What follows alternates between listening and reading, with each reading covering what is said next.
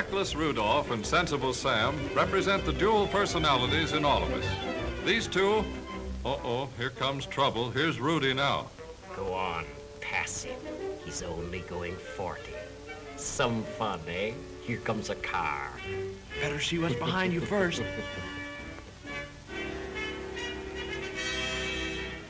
Take it easy. There's a car coming. Take a chance. We can beat him.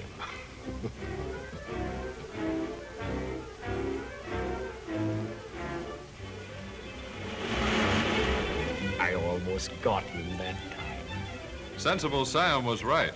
But what Sam didn't tell the driver was that passing a car going 40 was like passing 18 cars parked bumper to bumper. That's 300 feet or more, and that takes time. So we ought to make sure whether any car is coming, and doubly sure there's plenty of distance between. We drivers insist on having enough power to climb steep hills. We also demand quick starting and fast pickup. When engineers give us this power, speed naturally results. This reserve speed is only a byproduct of the demand for power. Come on, pep it up. Here comes a swell curve. Slower, slower, slower. Boy, you almost went for a spill. Right again, Sam. And this introduces old Man Mountain Momentum, the fellow with a one-way mind. He likes to push along a straight line. On a turn, he not only pushes, but applies side pressure. The faster the turn, the more side pressure. He calls this hold on you centrifugal force, and he's pinned many a good man down with this one. Speedway curves are banked to offset this force. An aviator tilts his plane on turns to counteract it. But this grip of momentum is dangerous. We drivers should always keep our cars under control. Good drivers tell us that in climbing hills, we should always go into second gear when our speed drops to 20 miles an hour.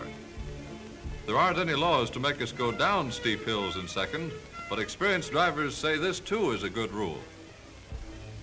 Go on, boss. You drove all the way up that hill in second. Slip her into neutral and let her coast down.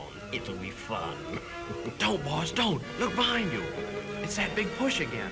Man Mountain Momentum may be a friend starting uphill, but he'll push us right off the road if we go down too fast. Easy. Use your engine as a brake.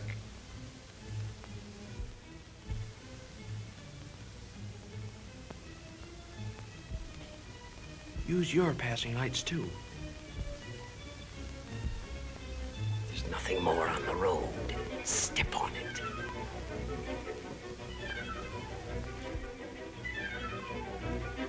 Here's where I get him.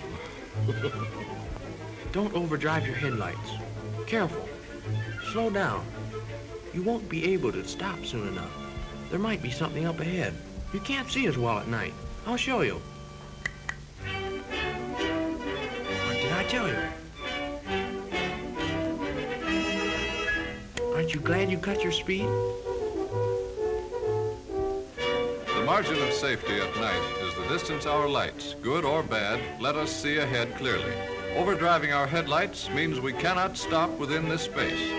This includes the distance spent while deciding to stop and while moving the foot to the brake pedal and pressing it down.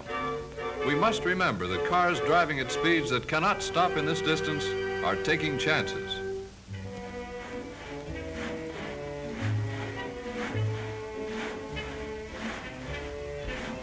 Wake up! Step on it. It's only 50 miles to the next town. Can't keep awake.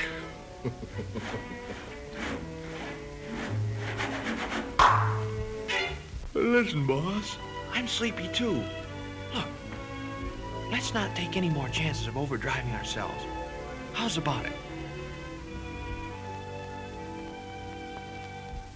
Foiled again, but I'll get him yet. I'll get him. Oh, yeah? Mother Nature slows us down every now and then with mist and fog.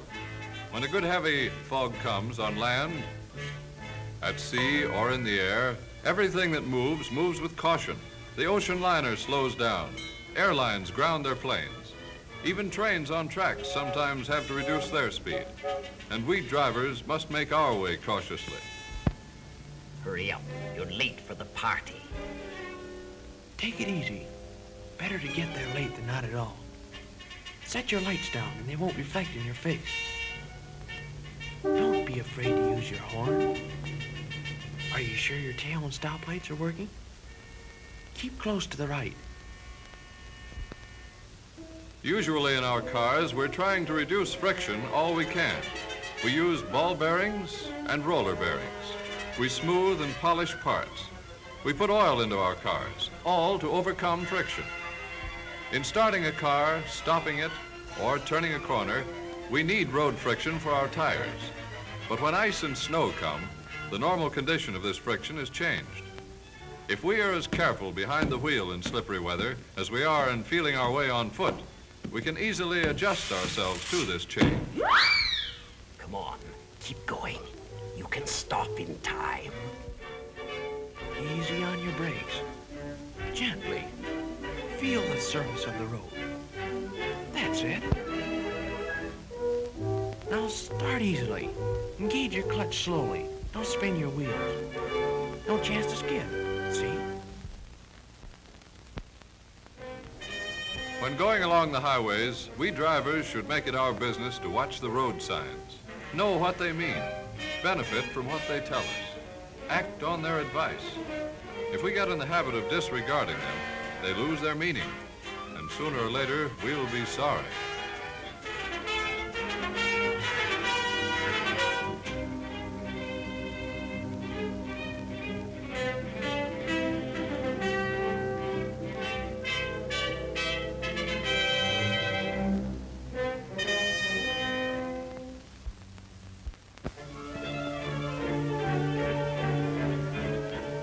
Why waste time by slowing down? No kids around now. There might be just one, boss. Coming to school late.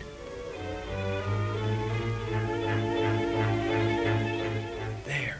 Aren't you glad you were able to stop? When we look down on traffic from a tall building, we wonder how all those cars can keep moving along, crossing intersections, parking and passing each other without getting hopelessly tangled up. But when we become a part of that traffic, it's often more confusing.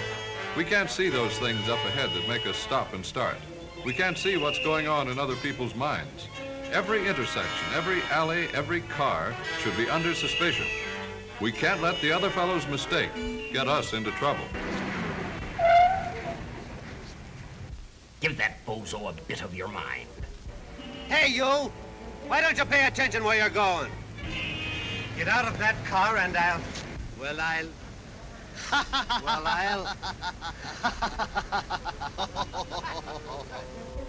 Talking to yourself, boss. Funny you don't recognize yourself when you're a pedestrian. Expert drivers tell us we must give ourselves a margin of safety, a reserved space between our car and the one ahead. Most of us drive automatically, but it doesn't pay to let our thoughts go wool gathering. Remember the show last night? I'm in the mood for love. At Simply last I've got him. because you're near me. Funny. Crisis. I'll fix you for this, you meddling fool, spoiling all my fun.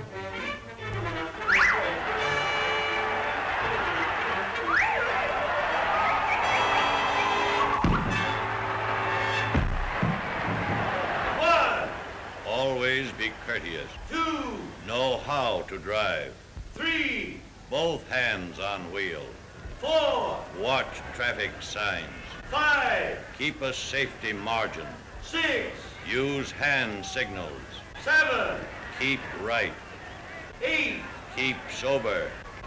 9, Stop when angry. 10. Obey all laws. The winner! I'll be seeing you.